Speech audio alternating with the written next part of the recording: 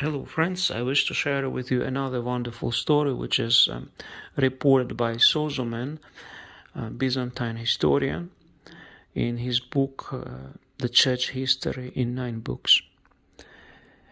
This took place in the Byzantine city of Nicomedia in the Byzantine Empire in the year 354.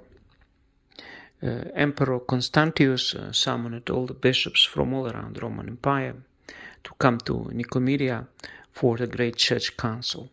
And while the bishops had been traveling, it was reported that Nicomedia had been visited by an earthquake and that the whole city was entirely destroyed. And it was not rebuilt only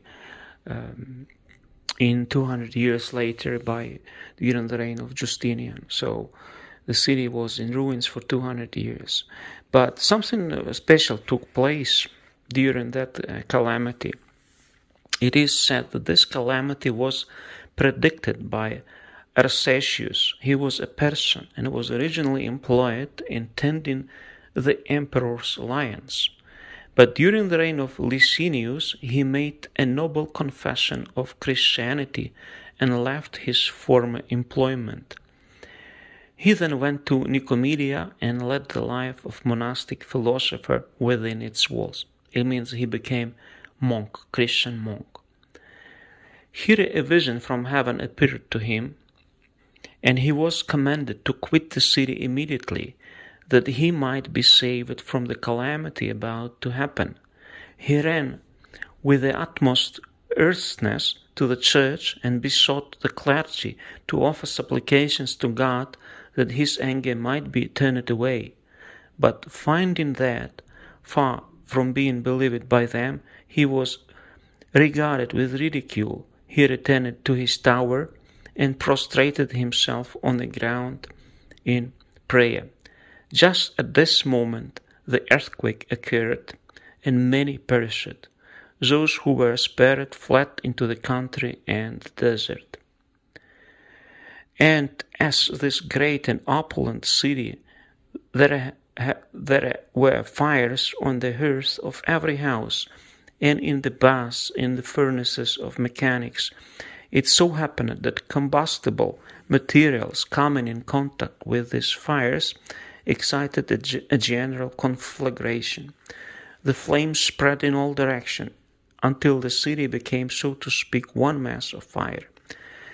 It being impossible to obtain access to the houses, those who had been saved from the earthquakes fled to the citadel. Arsacius was found dead in the tower and prostrated on the ground in the same posture in which he had begun to pray. It was said that he had supplicated God to permit him to die because he preferred death to beholding the destruction of a city in which he had first known Christ and practiced monastical philosophy. As I have been led to speak of this good man, it is well to mention that he was endowed by God with the power of exorcising demons. A man possessed with a demon once ran through the marketplace of Nicomedia with a naked sword in his hand. The people fled from him, and the whole city was in confusion. Arsacius went out to meet him and called upon the name of Christ, and at that name the demon was expelled, and the man restored to sanity. Beside the above, Arsacius performed many other actions beyond the power of men. There was a dragon or some other species of reptile which had entrenched itself in a cavity of the roadside and which destroyed those who passed by with its breath. Arsacius went to the spot and engaged in prayer, and the serpent voluntarily crept forth from its hole, dashed its head against the ground, and killed itself.